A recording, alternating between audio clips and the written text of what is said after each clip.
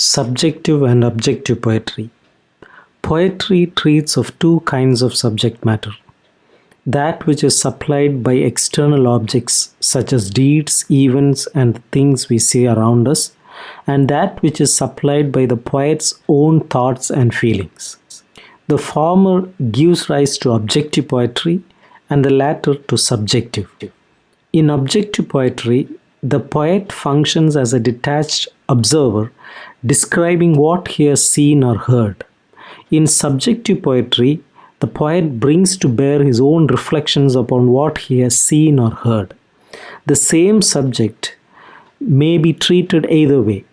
If the poet views it without confining himself merely to its externals, his treatment is objective. If he views it from within, giving expression to the thoughts and feelings it arouses in his mind, his treatment is subjective. Therefore, objective poetry is impersonal and subjective poetry is personal. In the former, the focus of attention is something that is outward, a praiseworthy act, a thrilling occurrence, or a beautiful sight. In subjective poetry, it is the poet himself.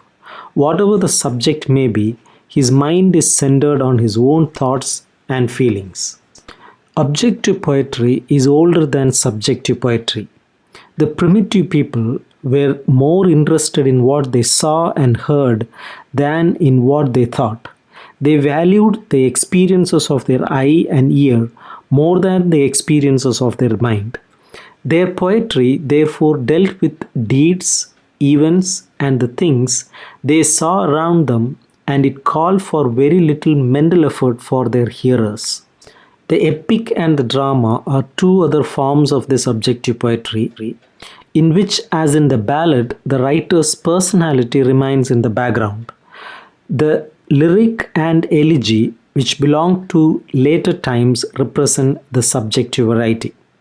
Though theoretically subjective and objective poetry belong to two different categories, in actual practice it is almost impossible to separate the one from the other. The most impersonal of compositions may bear the stamp of its author.